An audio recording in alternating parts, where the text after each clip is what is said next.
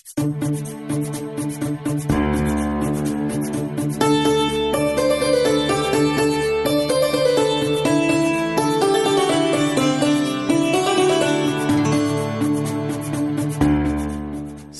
स्थानीय सरकार, दिगो विकासको हकदार, हाम्रो पालिका राम्रो पालिका। नमस्कार, रेडियो कार्यक्रम हाम्रो पालिकामा तपाईलाई स्वागत छ। म उषा तामाङ अनि म दीपक आचार्य। CIN मार्फत सामुदायिक रेडियोबाट देशैभरि CINखबर.com र मोबाइल एप CINबाट पनि चाहेको बेलामा विश्वभरि नै कार्यक्रम हाम्रो पालिका सुन्न सकिन्छ।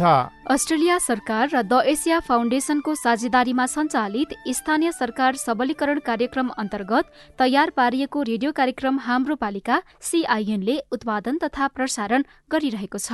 कार्यक्रम मुख्यतः 7 प्रदेशका 7 नगरपालिकामा केन्द्रित हुँदै आएको छ।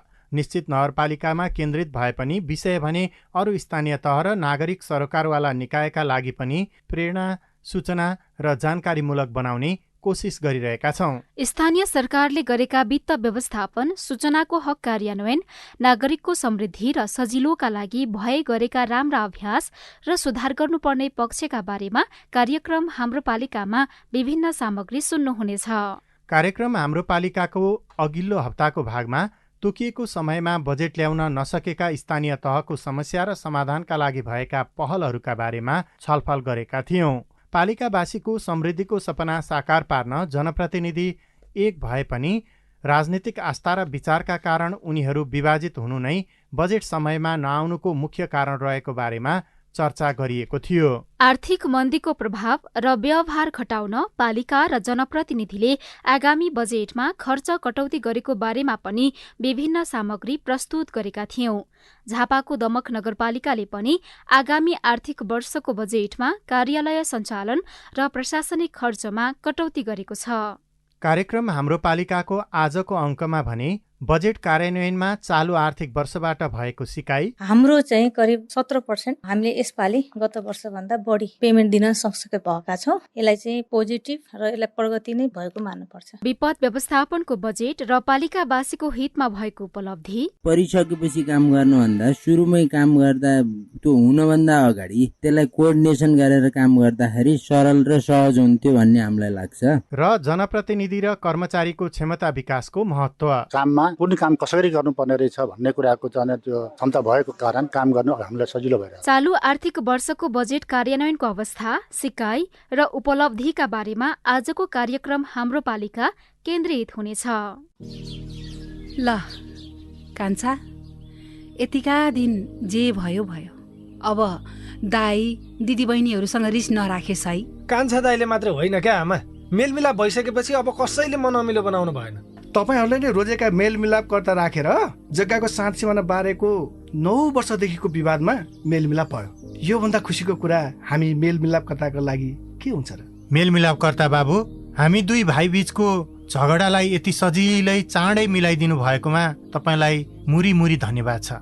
मैले यो मेलमिलाप केन्द्र भन्ने त अलि पहिले नै सुनेको थिएँ क्या बाबु। मन माझामाझ गरेर दुवै पक्षले जित्ने गरी पो कुरा मिलाउनु हुने रहेछ। कस्तो राम्रो। मनमुटाव गर्नेहरूलाई अबदेखि यो मेलमिलाप केन्द्रमै जाऊ भन्छु म चाहिँ। सुन्नुहोस् आमा, सरकारी, सामुदायिक र सार्वजनिक बाहेक जग्गा सम्बन्धी विवाद, गाली बेइज्जती, लुटपिट सहित विभिन्न 11 प्रकारका विवाद हरेक वडामा रहेका मेलमिलाप केन्द्रबाट मिलापत्र गराउन सकिन्छ नि आमा। आहा, कस्तो राम्रो। अनि हरेक वडामा यस्ता मेलमिलाप केन्द्र छन् त बाबु? छन् नि आमा, किन नहुनु। कुनै कुनै वडामा 2 वा त्यसभन्दा धेरै पनि छन्। विवादका पक्ष र विपक्षका व्यक्तिले चाहेको मेलमिलाप केन्द्रबाट निकास खोज्न सकिन्छ। वडाको मेलमिलाप केन्द्रबाट विवाद समाधान भएन भने नि आमा, हजुर, पालिकाको न्यायिक समितिले पनि विवाद समाधानका लागि छलफल गराउन सक्छ। आहा, यति भएपछि त गाउँघरको झगडा गाउँमै हाँसु खुसीका साथ मिल्ने भइहाल्यो नि, होइन त? हो नि आमा। अस्ट्रेलिया सरकार र द एसिया फाउन्डेसनको साझेदारीमा सञ्चालित स्थानीय सरकार सबलीकरण कार्यक्रम र अकोराब नेपाल। स्थानीय सभाबाट स्वीकृत वार्षिक बजेट तथा कार्यक्रम कार्यान्वयनका लागि गाउँपालिका वा नगरपालिकाका अध्यक्ष वा प्रमुखले 7 दिनभित्र प्रमुख प्रशासकीय अधिकृतलाई बजेट खर्च गर्ने अख्तियारी दिनुपर्छ। विषयगत महाशाखा, शाखा र एकाइ प्रमुख तथा वडा सचिवले निर्धारित ढाँचामा वार्षिक विकास कार्यक्रम कार्यान्वयन कार्यतालिका तयार गरी प्रमुख प्रशासकीय अधिकृत समक्ष पेश गर्नुपर्ने प्रावधान छ। बजेट, वार्षिक विकास कार्यक्रम, मध्यमकालीन खर्च संरचना, आर्थिक तथा विनियोजन विधेयक पारित गर्ने र असार मसान्तभित्रमा आर्थिक ऐन तथा विनियोजन ऐन पनि स्थानीय सरकारले राजपत्रमा प्रकाशन गर्नुपर्ने स्थानीय तहको योजना तर्जुमा दिग्दर्शनमा उल्लेख छ। साउन 15 भित्रमा पनि बजेट पुस्तिका छपाई भइसक्नुपर्छ। स्थानीय सरकार आगामी आर्थिक वर्षको बजेट ल्याउन र त्यसपछिको प्रक्रिया पूरा गर्न मात्र होइन, चालु आर्थिक वर्षको योजना कार्यान्वयनका लागि पनि रेखदेख गरिरहेका छन्। बाढी, पहिरो तथा भूकम्प जस्ता विपद तथा प्रकोपहरूको पूर्व तयारी अनि उद्धारका लागि काम गर्ने अधिकार स्थानीय सरकारलाई रहेको छ।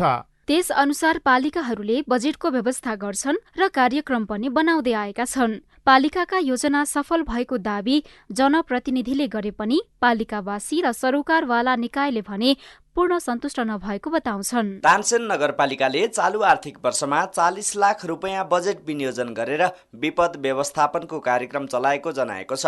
नगरपालिकाको विपद व्यवस्थापन समितिका फोकल पर्सन विष्णु प्रसाद पौडेल। विपद व्यवस्थापन कोष स्थापना गर्दै आएको छ विगतको वर्षदेखि नै, र यो वर्ष हामीले 40 लाख रुपियाँ विनियोजन गरेका थियौँ र यो असारको मसानसम्म त्यो 40 लाख रुपियाँ पुरै त्यसको चाहिँ सदुपयोग भएको छ। यो मनसुनजन्य प्रकोपबाट चाहिँ निजी आवासहरू जुन पुनर्निर्माण गर्नको लागि 25 वटा घरमा यो चाहिँ सङ्घ, प्रदेश र स्थानीय तहको सहकार्यमा हुने, यसको लागि 25 वटा घरहरू निर्माणको लागि हाम्रो त्यसमा 15 लाख रुपियाँ परिचालन भएको छ। पालिकाका अनुसार 40 लाखबाट जोखिममा परेका घर बस्तीमा टेवा पर्खाल लगाउने, त्रिपाल बाँड्ने लगायतका कार्यक्रम सञ्चालन गरिएको छ।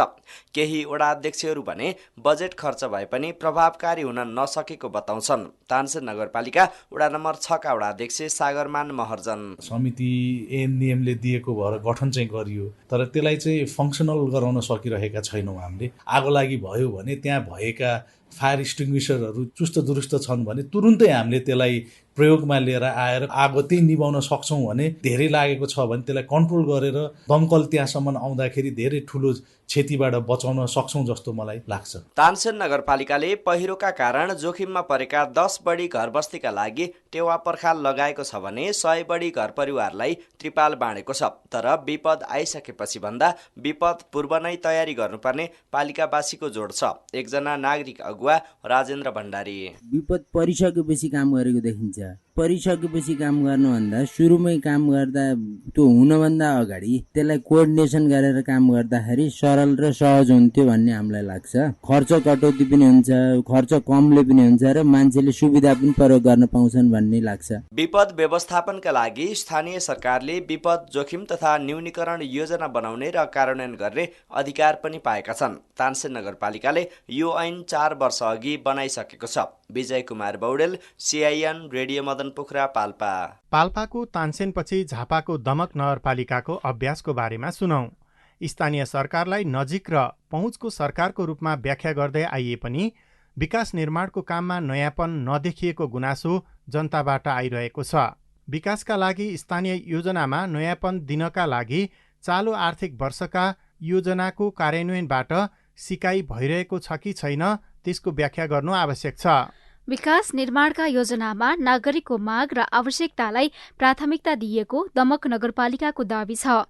चालु आयोजनाको काम कारबाही र सिकाइका बारेमा सुनाउनु हुँदै दमक नगरपालिकाका उपप्रमुख रेगिना भट्टराई। वाडा अन्तर्गतका एक खालका हुन्छन्, नगरपालिका अन्तर्गतका प्रदेश स्तरीय हैन सङ्घबाट आएका योजनाहरू हुन्छन्। नगरले गर्ने कुराहरू, वाडाले गर्ने कुराहरू चाहिँ आवश्यकताका आधारमा हैन, वाडाबाट अब वाडामा गएको बजेट भनेको चाहिँ जनसङ्ख्याको आधारमा हैन, क्षेत्रफलको आधारमा 3-4 प्रक्रियालाई आधार बनाएर चाहिँ डिभिजन हुन्छ। प्रदेश र सङ्घबाट आएका चाहिँ त्यहाँका आवश्यकताका आधारमा आएका हुन्छन्। योजनाको वर्गीकरण बजेटका आधारमा कि लक्षित वर्गको आधारमा गरिएको हो? त्यो दुईटै कुरा हुन्छ। अब बजेटको सिलिङ कति छ हैन, अब यो वर्ष प्राय सबै पालिकाहरूमा सङ्घ प्रदेशले पनि बजेटहरू चाहिँ चाहे जति चाहिँ राख्न नसकेको अवस्था छ। बजेट आफ्नो सिलिङलाई पनि हेरिन्छ र त्यहाँको चाहिँ आवश्यकता के हो हैन, कति धेरै आवश्यकता छ भन्ने कुरालाई, दुईटै कुरालाई चाहिँ हामीले हेरिन्छ र त्यो कुन ठाउँमा कुन कुरा चाहिँ बढी महत्त्वको साथ गर्नुपर्ने, दुईटै कुरालाई आधार मानेर गर्नुपर्ने हुन्छ। गौरवको आयोजना भनेर गरिएको अभ्यास अन्त्य गर्नुभएको हो। गौरवका योजनाहरू जति राष्ट्रिय स्तरका योजनाहरू हामीसँग सञ्चालन भइरहेका, हामीसँग भएको सभा हल अनि चाहिँ भ्यू टावर होइन, यिनीहरू अब लगभग उहाँहरूले चाहिँ हामीलाई ह्यान्डओभर गर्ने समय आइपुगेको छ, बेला भएको छ, सक्ने अवस्थामा छन् यी दुईटा योजनाहरू। बुद्धको मूर्तिको कुरा छ, यो होइन करिडोरको कुरा छ, यो औद्योगिक करिडोरको कुरा छन्। यी कुराहरू चाहिँ अब सुरुवातको फेजमा छन् होइन। यिनीहरूमा बिचमा अब हामीले बजेट आउन सकेन सङ्घबाट, प्रदेशबाट। नगर स्तरीय पनि हामीले चाहिँ गौरवका योजना कृषि थोक बजार जो 8 नम्बरमा निर्मित छ, प्रदेश सरकारको र नगरपालिकाको समन्वयमा सहकार्यमा बनिरहेको छ। यो मसान्तभित्रमा चाहिँ उहाँले हामीलाई ह्यान्डओभर गर्ने तयारीमा चाहिँ हुनुहुन्छ होइन। छौँ हामी यो सञ्चालन गर्ने अभियानमा छौँ। दमकको पशुहाटमा पनि एउटा नगर गौरवकै योजना हो, त्यहाँ 56वटा सटरहरू बनिरहेछ, जो चाहिँ भोलि आर्थिक उपार्जनमा पनि जोड्नका लागि दमकको 3 नम्बरमा 10 नम्बरमा कृषि थोक बजारका चाहिँ सटरहरू निर्माण भएका छन्। ठुलो आकार र बजेटका कति योजना सञ्चालन छन्, त्यसमा भएको लगानी कति छ? मदनडाङ्गी मार्ग भनेर जुन एडिबीको लगानीमा यो 4 किलोमिटर सडक लगभग 43 करोडको हो। यो नगरपालिका एसोसिएसनको यो मुनको लगानी र नगरपालिकाको लगानी जोइन्ट लगानीमा चाहिँ हामीसँग यो अर्को पनि 44 करोडकै यो दमक महलको छ होइन। र अन्य हामीले अघि मैले भर्खरै जोडेँ जुन यो पशुहाटका सटरहरू भए, यस्ता कामहरू भए, अझ ठुला योजना हामीले नगरपालिकाकै तर्फबाट पनि तटबन्धनका कामहरू गऱ्यौँ होइन। एडिबीका केही कामहरू भए तटबन्धनका, लगभग 1.5 किलोमिटरभन्दा बढी प्रदेश नगरपालिका एडिबीसँग जोडिएर चाहिँ यसपालि तटबन्धनमा धेरै सुरक्षित धेरै पालिकाहरूले गर्न सकेनन्। दमकको रतुवा मावा हामीले तटबन्धनहरू गऱ्यौँ। योजनाहरू पनि हामी जस्तो हामीसँग वनबाटिका छ होइन, त्यसका लागि पनि हामी यसपालि थप कामहरू गर्ने जति अगाडि बनेका छन् यसको तयारीमै छौँ। अनुगमनको पाटो कस्तो रह्यो? काहीँ लगभग 90% सकिएका छन् होइन, काहीँ 80% छन्, काहीँ भर्खर सुरुवात भएका फेजहरू छन्। योजनाहरू धेरै छन् होइन, नगर स्तरीय योजना, वार्ड स्तरीय योजना, प्रदेश स्तरीय योजना, राष्ट्रिय गौरवका योजनाहरू धेरै सञ्चालनमै छन्। यो आर्थिक वर्षमा सक्ने जुन फ्रिज हुने जुन कामहरू सक्नै पर्ने त्यस्ता कामहरू सक्यौँ र केही सञ्चालनमा पनि छन्। आयोजनाको काम हेर्दा विगतको भन्दा उत्साहजनक वा निराशाजनक के छ? पछिल्लो समयमा आर्थिक तरलताकै कारणले हो होइन। सङ्घ सरकारले पनि बजेट अब लगभग धेरै अनुदानहरू पनि कटौती गरेको होइन। उत्साहित त नभनौँ, तथापि त्यो हामी निरुत्साहित पनि छैनौँ। पोस्ट कोभिडको इफेक्ट चाहिँ यो हाम्रो मात्र ठाउँमा पालिकामा, हाम्रो मात्र देशमा होइन, संसारभरि यो असरहरू परेको छ। दोलखाको भीमेश्वर नगरपालिकाले हालसम्म चालु आर्थिक वर्षमा 86.89% बजेट खर्च गरेको छ। नगरपालिकाले चालु वर्षमा शिक्षा, स्वास्थ्य, खानेपानी, कृषि पूर्वाधार विकासलाई प्राथमिकतामा राखेर बजेट विनियोजन गरेकोमा आर्थिक विकासतर्फका योजना बढी प्रभावकारी देखिएका छन्। पूर्वाधार विकासमा चालु वर्ष 40 करोड भन्दा बढी रकम विनियोजन भएको थियो। पालिकावासी भने आगामी दिनमा काम गर्ने शैलीमा थप सुधार गर्नुपर्ने सुझाव दिन्छन्। भीमेश्वर नगरपालिका वडा नम्बर 1 का स्थानीयवासी अमर थामी। विकास आएको त चित्त बुझ्दो छ, काम गराए चाहिँ चित्त नबुझ्दो छ क्या। 100% पैसा आउँछ, 20% सेवा शुल्क यताउति भन्छन्, यताउति गर्दाखेरि त्यही 40% को काम हुन्छ, 60% ल्याप्स हुन्छ कि। भीमेश्वर नगरपालिकामा 5830 हेक्टर खेतीयोग्य जमिन मध्ये 4906 हेक्टरमा खेती गरिएको छ। जनप्रतिनिधि भने बजेट र सबै कार्यक्रम प्रभावकारी भएको दावी गर्छन्। कृषि शाखाबाट पकेट विकास कार्यक्रम, मौरी वितरण, आलु खेती, केरा पकेट कार्यक्रम, फलफूल खेती, कृषि औजार लगायतका 38 योजना चालु वर्ष सञ्चालन भएको बताउँदै कृषि शाखा प्रमुख विष्णु प्रसाद चौलागाई। अर्को वर्ष 1 वडा 1 पकेट बालीको अभियानमा लाग्छौँ। प्रत्येक वडामा के हुन्छ र त्यसलाई चाहिँ कसरी हुन्छ भनेर आइडेन्टिफिकेसन गर्छौँ, त्यस्तो सम्भाव्यता मूल्याङ्कन गर्छौँ र किसानहरू अर्को साल हामी प्रत्येक घर घरमा गएर किसान सूचीकरण गरेर किसान परिचय पत्र बाँड्ने कामहरू हामी यो श्रावणबाट सुरु गर्छौँ। नगरले सञ्चालन गरेका यी कार्यक्रममा 250 घरधुरीले सेवा लिएका छन्। अनुदान वा कुनै न कुनै रूपमा कृषिका कार्यक्रममा सहभागी भएपछि खेती योग्य जमिन उपयोग समेत हुन थालेको आर्थिक विकास समितिका संयोजक एवं वडा नम्बर 5 का वडा अध्यक्ष बासु श्रेष्ठको दाबी छ।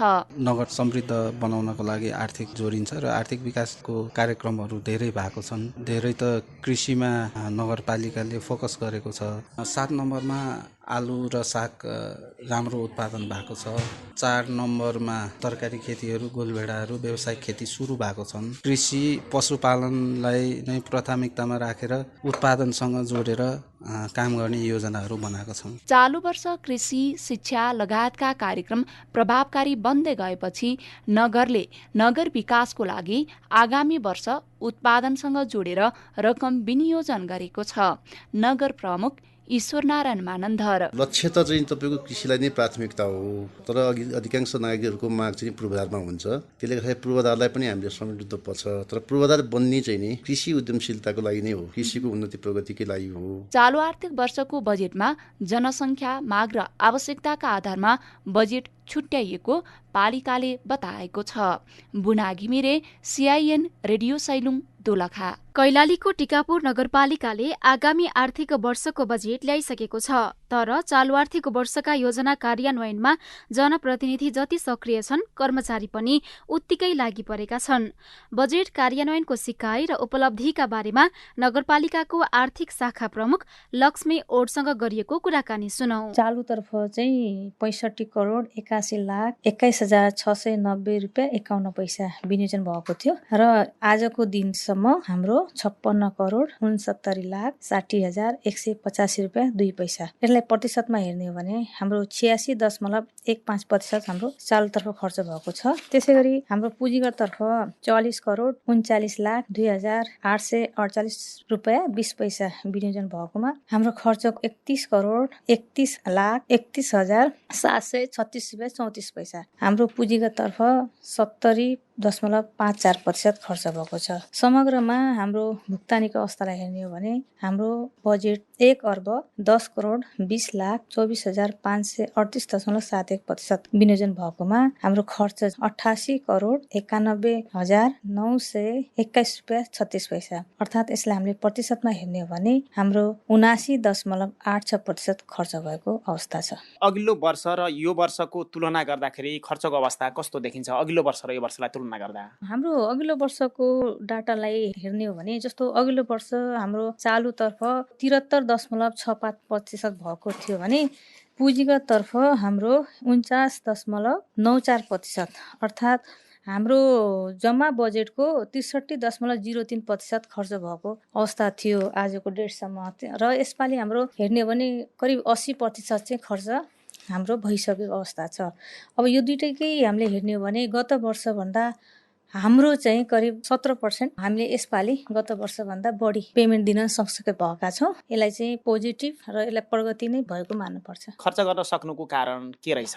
यसमा हामीले पहिलो कुरा त हाम्रो जनप्रतिनिधिहरूले जुन हाम्रो नीतिमै नै पैसाको अन्तिमसम्म चाहिँ सम्पूर्ण सम्झौताका कामहरू या हाम्रा भुक्तानीका कामहरू चाहिँ सकिसक्नु पर्नेछ भनेर एउटा नीतिगत रूपमा जुन कमिटमेन्ट प्रतिबद्धता जुन गर्नुभएको थियो, त्यसले पनि हाम्रा कतिपय जुन भुक्तानीका कुराहरूमा चाहिँ सबै जनताहरूलाई चाहिँ एउटा के सन्देश गएको छ भने हामीले यदि लेट गर्यौँ भने हाम्रा भुक्तानीका कुराहरूमा गाह्रो हुन्छ भने त्यो सन्देश गएकोले उहाँहरूले समयमै आफ्ना कामहरू सम्पन्न गरेर अनि भुक्तानीको लागि पनि एकदमै सक्रिय भएर यहाँ उहाँहरूले चाहिँ आउनुभएको एउटा त्यो कुराले पनि हो जस्तो लाग्छ। अर्को कुरा अब हामी संहिताको हामी दोस्रो फेज अर्थात् हामी विगतमा एकात्मक राज्य सत्ताहरू मार्फत चाहिँ काम गरेको अवस्था थियो र धेरै जसो प्र्याक्टिस चाहिँ लामो समयसम्म चाहिँ असारमै आएर पेमेन्ट लिने जुन एउटा हाम्रो प्रवृत्ति बसेको थियो, एउटा सिस्टम बसेको थियो, त्यसको प्रभाव त्यसको असर चाहिँ परेको थियो। अब हामी जब संहिताको जुन दोस्रो फेज अथवा यो दोस्रो निर्वाचनमा चाहिँ गइसकेपछि जनप्रतिनिधि लिने जुन भिजन र उनीहरूले लिने जुन एउटा कार्यक्रमको लागि लिने जुन एउटा पोलिसी छ, नगरवासीहरू हुनुहुन्छ यता उपभोक्ता समितिमा बस्ने मान्छे हुनुहुन्छ या कार्यक्रम सञ्चालनको लागि जिम्मा पाउनुभएका साथीहरू पनि विगतभन्दा अहिले केही न केही कन्सियस बढी भएको देखिन्छ। स्थानीय सरकार सञ्चालन ऐनका अनुसार स्थानीय सरकारले सहकारीको नियमन तथा व्यवस्थापन सहित आधा दर्जनभन्दा धेरै अधिकार पाएका छन्। सहकारी संस्था सम्बन्धी स्थानीय नीति कानुन मापदण्डको निर्माण, कार्यान्वयन र नियमन सञ्चालन हुने सहकारी संस्थाको दर्ता, अनुमति खारेजी र विघटनको अधिकार पनि पालिकालाई नै रहेको छ।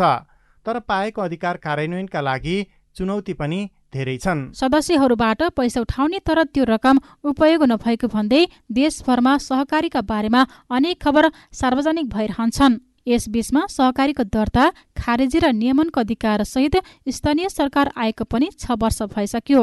पालिका र जनप्रतिनिधिका कारण सहकारीबाट राम्रो काम भएको बताउनुहुन्छ सुर्खेतको साना किसान सहकारी संस्थाका शेयर सदस्य भविष्य सारू मगर। गाउँघरमै आफूलाई सिपमूलक तालिमहरू उपलब्ध गर्न पाएका छन्। बिना कर्जा ऋण लिएर आफूलाई आत्मनिर्भर बन्ने कामहरू गर्न पाएका छन्। वीरेन्द्रनगर नगरपालिकाभित्र 206 सहकारी छन्। स्थानीय सरकार आएपछि सहकारी सदस्यका अपेक्षा भने सबै पूरा हुन सकेको छैन।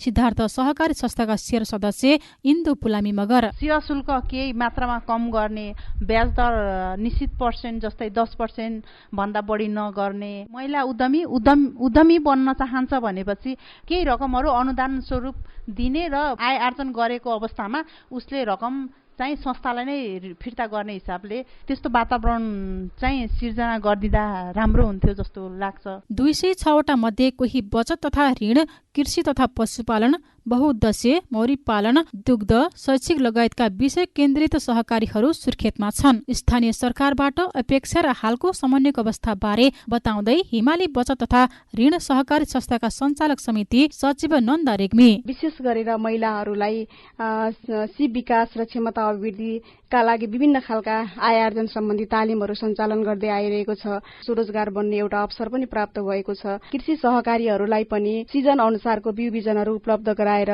सहयोग भएको छ। सहकारी बचत तथा ऋण परिचालन सम्बन्धी स्थानीय मापदण्ड निर्धारण र नियमन, सहकारी सम्बन्धी राष्ट्रिय, केन्द्रीय, प्रादेशिक र स्थानीय संस्थासँग समन्वय गर्ने अधिकार पनि पालिकालाई छ। वीरेन्द्रनगर नगरपालिका सहकारी तथा गरिबी निवारण उपशाखा प्रमुख निर्मला भट्टराई केही सहकारी संस्थाहरू चाहिँ अब प्रक्रियागत रूपमा अगाडि बढ्न नसकेर निष्क्रिय रहेका पनि छन्। नियमित अनुगमन जुन हामीले चाहिँ स्थलगत गएर गर्ने गर्छौं र अर्को चाहिँ प्रणालीगत अनुगमन उहाँहरूले दिएको रिपोर्टिङको आधारमा अनि कोपोमिस प्रणालीमा डाटा एन्ट्री गरेको आधारमा चाहिँ हामीले नियमन गर्छौं। नगरपालिकाले सहकारीको व्यवस्थापनका लागि चालु आर्थिक वर्षमा 20 लाख बजेट विनियोजन गरेको थियो भने आगामी आर्थिक वर्षको बजेटमा 15 लाख बजेट छुट्याएको छ। विमला गिरी, CIN रेडियो, बुलबुले सुर्खेत। सहकारीको क्षेत्रमा मात्रै होइन, स्थानीय उत्पादन बढाउनका लागि र बजारसम्म पुर्याउन पनि पालिकाहरूले बजेट छुट्याउँदै आएका छन्। स्याङ्जाको वालिङ नगरपालिकाले रैथाने बालीको संरक्षणमा पनि काम गर्दै आएको छ। अवस्थामा रहेका खाद्यान्न तथा तरकारी बालीका बिउहरूको संरक्षण र सम्वर्धन गर्न वालिङ प्रोडक्ट होल्डिङ बहुउद्देश्य सहकारी संस्थाले काम गर्दै आइरहेको छ। रैथाने बालीहरूको संरक्षण गर्ने र बीज वृद्धि गर्ने कार्यक्रम अन्तर्गत सहकारीले विभिन्न बालीका 56 प्रकारका बिउ संकलन गरी किसानलाई उपलब्ध गराइसकेको छ। सहकारीका उपाध्यक्ष नेत्र प्रसाद सुवेदी भविष्यमा चाहिँ एउटा सिड ब्याङ्कको रूपमा स्थापना गर्ने लक्ष्य लिएको छ। नगरपालिका लगायत भिरकोटका एउटा वडामा चाहिँ हामीले 5 किसिमका धानलाई रैथाने हराउँदै गइरहेको छ। त्यस्ता बालीहरूलाई हामीले बिउ वितरण गर्ने र त्यसबाट उत्पादन भएका अनाजहरू हामीले चाहिँ खरिद गर्ने र आगामी वर्ष यसलाई अझ वृहत रूपमा चाहिँ विस्तार गर्ने योजना अनुरूप हामीले दिएका छौँ। हाम्रै चाहिँ वालिङ नगरपालिकाको होमस्टेमा यहीँबाट उत्पादन भएका चिजहरू चामल चाहिँ खाने वातावरणको सिर्जना गर्दैछौँ। कृषि उत्पादनको उत्पादकत्व बढाउन किसानलाई नगरपालिकाले सहजीकरण गर्दै आइरहेको छ। उत्पादकत्व बढाउन मलखाद, लागत घटाउन आधुनिक यन्त्र उपकरणहरूको प्रयोग र उत्पादित वस्तुको बजारीकरणका लागि समेत सहयोग गर्दै आएको बताउनुहुन्छ कृषि विकास अधिकृत सुभाष अर्याल। उन्नत बिउ, उचित मलखाद व्यवस्थापन, सिँचाइ, कृषि यन्त्रीकरण मुख्य रूपमा रहेका छन् भने उन्नत बिउको लागि चाहिँ कृषकहरूको बिउ प्रतिस्थापन दरलाई हामीले चाहिँ कायम गर्नको लागि चाहिँ विभिन्न बालीहरूका उन्नत बिउहरू हामीले कृषकलाई उपलब्ध गराउँदै आइरहेका छौँ भने जैविक मल र प्राङ्गारिक मल, गण्यौले मल कृषकहरूलाई चाहिँ अनुदानमा उपलब्ध गराउँदै आइरहेका छौँ। यस आर्थिक वर्षमा वालिङ नगरपालिकाले 28 लाख बराबरको चाहिँ सिँचाइको कार्यक्रम अगाडि ल्याएका थियौँ, जस अन्तर्गत कुलो निर्माण, कृषि उत्पादन लागत कम गर्नका लागि चाहिँ विभिन्न साना कृषि मेसिनरी तथा औजारहरू वितरण गर्दै आइरहेका छौँ। हामीले रैथाने बालीको संरक्षणका लागि किसानलाई निशुल्क रूपमा बिउ उपलब्ध गराइएको छ। उत्पादन बढाउन मल तथा उत्पादित वस्तुको बजारीकरणका लागि सहयोग गर्दै आएको बताउँदै नगर उपप्रमुख कविता तिवारी गैरे यसै वर्ष फेरि रैथाने बाली संरक्षण गर्ने क्रममा विभिन्न कृषकहरूलाई बिउ बिजन दिएर आगामी वर्ष अझ धेरै चाहिँ लोप हुन लागेका बिउहरू उत्पादन गर्ने क्रममा चाहिँ कृषक प्रोत्साहन हुने गरेर कार्यक्रम पनि अगाडि बढाएको छ। रैथाने बिउहरू हामीले कृषकलाई निशुल्क उपलब्ध, त्यस्तै गरेर मलहरू र उहाँहरूको उत्पादन भइसकेपछि नगरपालिकाले खरिद गर्ने गरेर कृषि उत्पादकत्वमा वृद्धि गर्ने कार्यक्रम छ। संयुक्त राष्ट्रसङ्घीय विकास कार्यक्रम मार्फत रैथाने बालीको संरक्षणका लागि चालु आर्थिक वर्षमा 3.5 लाख बजेट छुट्याएको छ। वालिङ 11 का चोलाकान्त पौडेल रैथाने बाली संरक्षणको लागि बिउ उपलब्ध गराउनु भएको थियो। उत्पादनका आधारमा वास्तविक किसानलाई प्रोत्साहन पुग्ने खालका कार्यक्रम ल्याउनु पर्ने माग किसानको छ। चोलाकान्त बगाले, रेडियो आँधीखोला, वालिङ सेन्चा। तपाईँ यति बेला रेडियो कार्यक्रम हाम्रो पालिका सुन्दै हुनुहुन्छ। सामुदायिक सूचना नेटवर्क CIN ले उत्पादन तथा प्रसारण गरिरहेको कार्यक्रम हाम्रो पालिकाको आजको अङ्कमा चालु आर्थिक वर्षको बजेट कार्यान्वयनको अवस्था, सिकाइ र उपलब्धिका बारेमा छलफल गरिरहेका छौं। तपाईको स्थानीय तहले गरेको कामकारबाही तपाईलाई कस्तो लागिरहेको छ? सुनाउन मन छ भने 01 52 60 646 मा फोन गरेर आफ्नो कुरा राख्न सक्नुहुन्छ।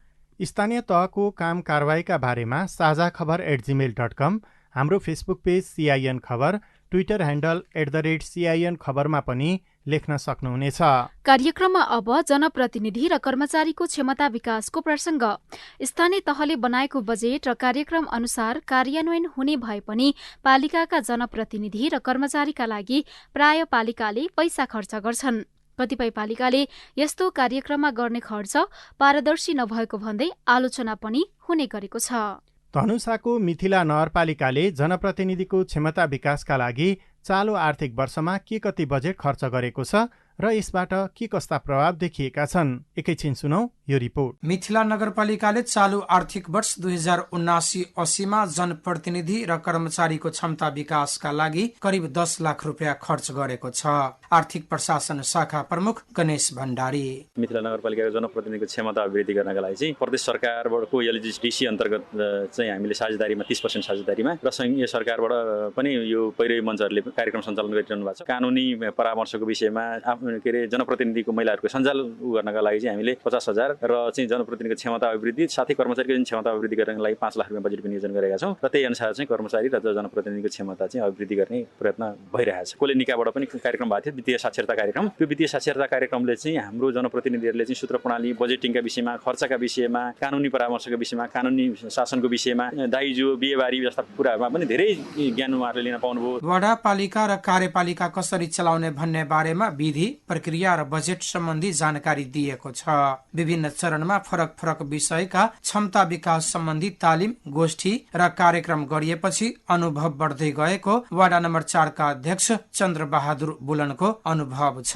त्यसले गर्दाखेरि हामीहरूलाई चाहिँ वार्डमा काम गर्नु पनि सजिलो भइरहेको छ। क्षमता विकासको कार्यक्रमहरू फेरि पनि आओस्। तालिम पाएपछि हामीले चाहिँ अब यो काममा कुन काम कसरी गर्नुपर्ने रहेछ भन्ने कुराको चाहिँ त्यो क्षमता भएको कारण काम गर्नु हामीलाई सजिलो भइरहेको छ। पालिकाले जनप्रतिनिधि मात्रै होइन कर्मचारीलाई पनि क्षमता विकास सम्बन्धी साथ दिने तालिम दिएको छ। जनप्रतिनिधि र कर्मचारी बीचको सम्बन्ध, विकास निर्माणका प्रक्रिया, बजेट परिचालन र खर्च सम्बन्धी ज्ञान दिनका लागि कर्मचारी लक्षित कार्यक्रम चलाइएको बताउँदै नगर उपप्रमुख सुनिता सिंह बुढाथोकी। चालु आर्थिक वर्ष 79-80 मा हामीले चाहिँ महिला जनप्रतिनिधि र अरू जनप्रतिनिधिहरूलाई पनि बजेट निर्माण र त्यसको परिचालन लागि पनि हामीले जनप्रतिनिधिलाई तालिमहरू प्रदान गर्यौं, क्षमता विकास गर्यौं। त्यसै गरी लैंगिक मैत्री बजेटहरू निर्माण गर्ने कुरा पनि गर्यौं। आफ्नो काम कर्तव्य अधिकारको लागि पनि हामीले क्षमता वृद्धिको लागि कानुनी सचेतना कार्यक्रमहरू पनि सञ्चालन गर्यौं। महिला कर्मचारीलाई उद्घोषणको तालिम पनि प्रदान गर्यौं र उहाँहरूलाई पनि यो लैंगिक मैत्री बजेटको लागि पनि उहाँहरूलाई पनि समावेश गरेका थियौं। यति गरिकन पनि मिथिला नगरपालिकामा जनप्रतिनिधि बीच राजनैतिक आस्थाका आधारमा मतभेद देखिने क्रम रोकिएको छैन। पालिकामा 108 जना कर्मचारी छन् भने जनप्रतिनिधिको संख्या 57 रहेको छ। विनोद महतो, CIN रेडियो स्वागतम, धनुषा। स्थानीय सरकार आएको 6 वर्ष पूरा भइसकेको छ। पहिलो 5 वर्ष कार्यकाल पूरा गरेका जनप्रतिनिधि कतिपय दोस्रो कार्यकालका लागि दोहोरिएका छन्। व्यक्ति दोहोरिए पनि कतिपय जनप्रतिनिधि र कर्मचारीले सच्याउनु पर्ने व्यवहार नछुटेको विज्ञहरूले बताउने गरेका छन्। स्थानीय सरकारले बजेट खर्चमा सच्याउनु पर्ने विषय र विधिका बारेमा हामीले अर्थविद भोगेन्द्र झासँग कुराकानी गरेका छौं। म कर्मचारीसँग निकट भएर चाहे 3 वर्ष मैले गरेको नेपालका अब सबै त्यही हो। जो यहाँ के हो भनिन्छ नि, एक्लो बृहस्पति झुट हो। केही कर्मचारीहरू यस्ता छन्, नलेजेबल पनि छन्, कमिटेड पनि छन्, अनेस्ट पनि छन्, तर तिनीहरू अवसर पाइरहेका हुँदैन। कहीँ न कहीँ वञ्चित हुन्छन् कार्यको अवसरबाट र मिसयुज गर्ने राजनैतिक दल र कदाचार गर्ने कर्मचारीहरू जुन ब्युरोक्रेटहरू छन्, त्यो ब्युरोक्रेट्सहरूकै सरकारमा बढी प्रभुत्व हुन्छ, त्यो प्रवृत्ति हावी भएको हुन्छ र ब्युरोक्रेसी पनि त्यत्तिकै भ्रष्ट छन् यहाँका। स्थानीय तहमा पनि त्यस्तो देख्नुहुन्छ तपाईँ? प्रत्येक तहमा, स्थानीय तह नै हेर्नु हो भने हिजो नै एकजना प्रबुद्ध व्यक्ति मलाई भेट्नुभयो, 70 को हुनुहुन्छ। उहाँले भन्नुभयो उहाँको बुवा बिग्नुभयो कि सम्पत्तिको हस्तान्तरण दिनुहुन्छ आमाको नाउँमा अब हुने, सिफारिस गराउँदै जानुभयो सचिव उहाँको गाउँकै, गराइदिन्छु ठिक छ भन्नुको। उहाँले भन्नुभयो के 4000 यसको सिफारिस गराउँदा 4000 त दिनै पर्छ, तपाईँ गाउँको हो 1000 कमै दिनुहोस्। हिजोको कुरा हो। अब यो एउटा त मैले उदाहरणको लागि भने प्रत्येक ठाउँमा यही हो। प्रत्येक प्रवृत्ति, प्रत्येक जुन सरकारी कर्मचारीहरूको प्रवृत्ति भइसक्यो हो, कसरी मिसयुज गर्ने रिसोर्सेसको, राइट फ्रम प्युन टु सचिव। कसैको यो प्रवृत्ति राष्ट्रपतिको प्रतिबद्धता, अहिले नेपाल सरकारका सचिवहरू मसँगै यहाँ काम गर्नुभयो, मैले देखे हो कतिसम्म करप्ट हुनु। यो यस्तो प्रकारको व्यथिति अझै छ भने यसलाई हटाउनको लागि जनप्रतिनिधि र कर्मचारी त सुशासनको नारा, शून्य सहनशीलता भ्रष्टाचार विरुद्ध भनेर त त्यो त फेरि सुनिन्छ, त्यो कहाँ के कुराको तालमेल मिलिरहेको छ? झुट हो। जसले शून्य सहनशीलता, म त सहनशीलता शून्य किन, सहनशीलता नै हुनु हुँदैन।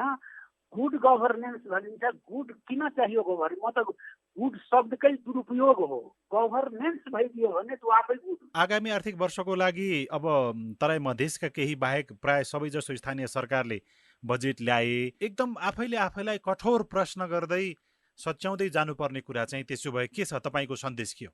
यहाँ के हो कि नागरिकको पनि दोष हो। नागरिकको दोष के हो भने यहाँ पनि दल मधेसमा त यहाँ देखिन्छ जात पनि एउटा फ्याक्टरको रूपमा हुन्छ।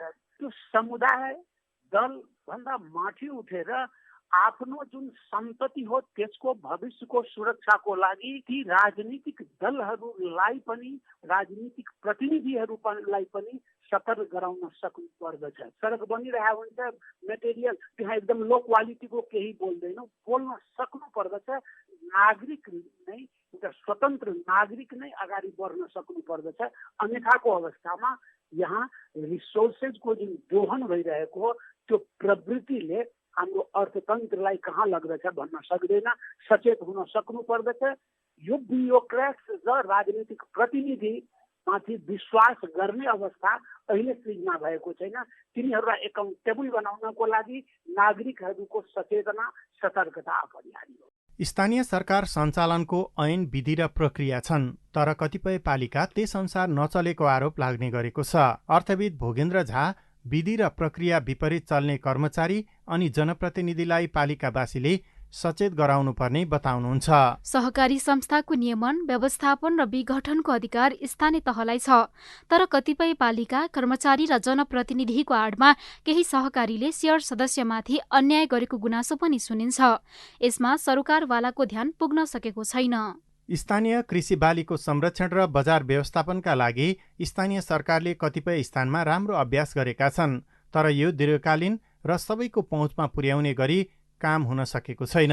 यिनै सार समेटिएका विभिन्न सामग्रीसँगै तपाईँ हाम्रै घर दैलोका स्थानीय सरकारको बारेमा छलफल गर्ने रेडियो कार्यक्रम हाम्रो पालिकाको आजको अङ्कबाट भने विदा लिने समय भएको छ। तपाईलाई तपाईँको पालिकासँग केही सोध्न, भन्न, जान्न, बुझ्न अथवा समस्या सुनाउन मन छ भने टेलिफोन नम्बर 01-5260-646 मा फोन गरेर दिएको निर्देशनअनुसार आफ्नो आवाज रेकर्ड गराउन सक्नुहुनेछ।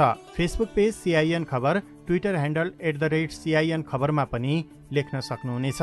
प्राविधिक साथी सुनिल राज भारतलाई धन्यवाद। रेडियो कार्यक्रम हाम्रो पालिकाको आजको अङ्कबाट सहकर्मी साथीहरू ईश्वर साउद, विमला गिरी, विजय बौडेल, तोलाकान्त बगाले, बुना घिमिरे, विनोद महतो, मनकुमार गदाल सहित हामी सबै विदा भयौं।